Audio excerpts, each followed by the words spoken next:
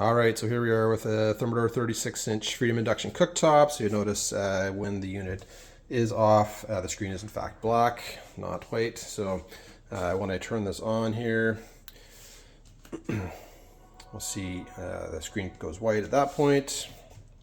And on the screen here, it's showing the cooking vessels I have in there. So I have both that large pan I was talking about and also just a regular saucepan there. So it's showing these two. So now if I go to this one and I select that burner, it's going to give me the option to select my temperature.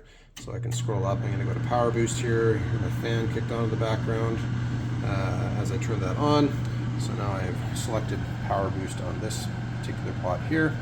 So that's going to turn on and it's going now. So just wait here and show you how that boils.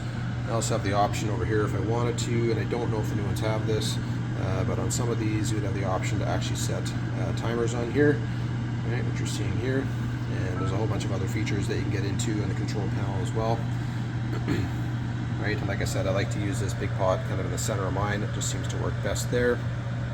And you can see the integration with the hood fan there, showing on speed 1. I mentioned it has the status bar kind of on the side here. We're showing that I'm cooking in this blue area right now. You can see this water is coming to a boil already. And I was just mentioning how consistent the distribution of bubbles and such are on the bottom there. So it does give a very consistent and very, now it's steaming up my phone a bit here, but yeah, very vigorous and very fast boil. So there's just a quick look at how that all works. And now when I shut this off over here, I can either go to the element and just scroll it back down to 0, or if I wanted to, I'm just going to turn it down, say to 4, and you can see that it is slowing right down.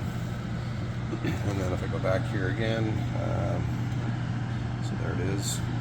Or go back down if I want to go to a nice low simmer. I can just go down to like 2.5. Now the water is basically calmed right down.